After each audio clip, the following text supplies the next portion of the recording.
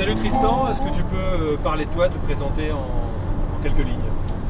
Alors, voilà, je m'appelle Tristan, j'ai 31 ans, je suis du nord-est de la France. Ça fait 5 ans maintenant que je suis revenu au Mexique. Là, je suis donc gérant de l'agence Terra Maya, Terra Group, au sein du réseau Terra Group, depuis 5 ans.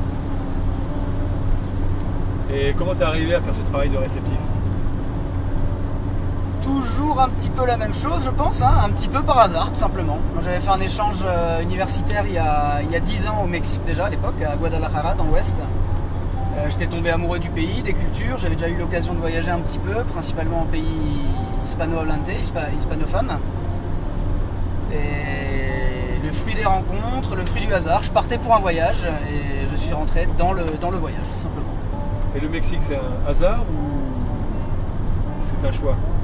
Le Mexique, c'est un hasard que j'ai eu l'occasion d'y retourner, mais c'est vraiment le pays qui me correspond bien en Amérique latine, en tout cas de ceux que j'ai pu découvrir. Et c'était un petit peu le retour aux premières amours, parce que la première fois que j'ai pu découvrir l'Amérique latine, c'était au Mexique. C'était mon premier voyage le plus marquant, et j'avais vraiment envie d'y retourner. Alors maintenant, je suis dans le sud-est, c'est une culture complètement différente. Il y a plusieurs pays au Mexique, mais ça permet de renouveler l'expérience, justement. Qu'est-ce qui te plaît et qu'est-ce qui te déplaît dans ton métier? Alors, on va réfléchir un petit peu. Ce qui me plaît, avant tout le voyage, parce que moi je suis, comme nous tous, je suis mordu de voyage, j'adore ça. Donc un métier qui te permet de voyager, que ce soit au Mexique, pour toujours aller chercher de nouvelles choses, de nouvelles rencontres, connaître de nouvelles régions, parce qu'on ne connaît jamais à fond son pays non plus, c'est déjà beau. En plus, si on a l'occasion de voyager comme ça, là aujourd'hui, on vient d'Autriche, on va en Allemagne, on va en France après, ça reste du voyage, donc c'est une passion, donc c'est génial. Et réussir à faire partager, ou essayer de faire partager cette passion, en tout cas, c'est un luxe. Et qu'est-ce qui te déplaît? Je vois pas de gros points négatifs là tout de suite. Le jet lag? Non, même pas, on s'y fait. Non, ça va. Pour le moment, rien ne me déplaît. Et qu'est-ce qui te plaît le plus au Mexique? On imagine, je suis ton cousin préféré, je dois venir pour 15-20 jours. Qu'est-ce que tu aimerais me faire découvrir? Les gens. Principalement les gens, la onda locale, comme on dit.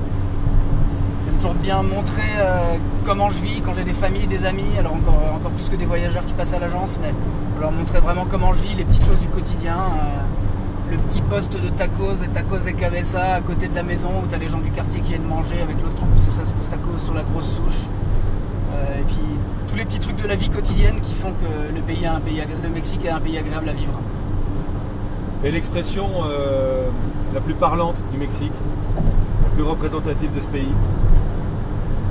Ahorita way.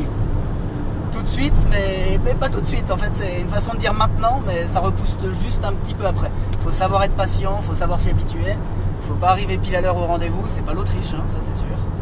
Et donc, prévoir un minimum de 2 heures de retard pour les invités quand vous invitez à un barbecue. Ouais, et si je veux voyager au Mexique, pourquoi je t'appellerais toi plutôt qu'un autre? Justement, pour le côté local, pour aller voir un petit peu ce qu'on ne pourrait pas trouver par soi-même. Alors si tu veux juste aller à la plage à Cancun et à Playa del Carmen, tu n'auras peut-être pas forcément besoin de conseils d'une agence locale, mais si tu veux aller un petit peu dans les terres, aller découvrir des petites choses hors sentier battu, visiter Chichen Itza ou Xmal dans le Yucatan, c'est bien, mais si tu peux visiter Mayapan à côté ou aller voir des cénotes hors sentier battu, c'est encore mieux. Partager un repas dans une famille maya, aller voir les pêcheurs pour aller faire le tour en bateau avec eux, des contacts et des rencontres.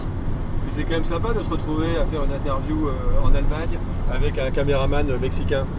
Avec un caméraman mexicain qui est devenu un ami. C'est ça aussi la Together. Hein. Miguel, je le connais depuis quelques jours à peine, on a échangé nos contacts. On espère pouvoir se voir au Mexique également quand il viendra.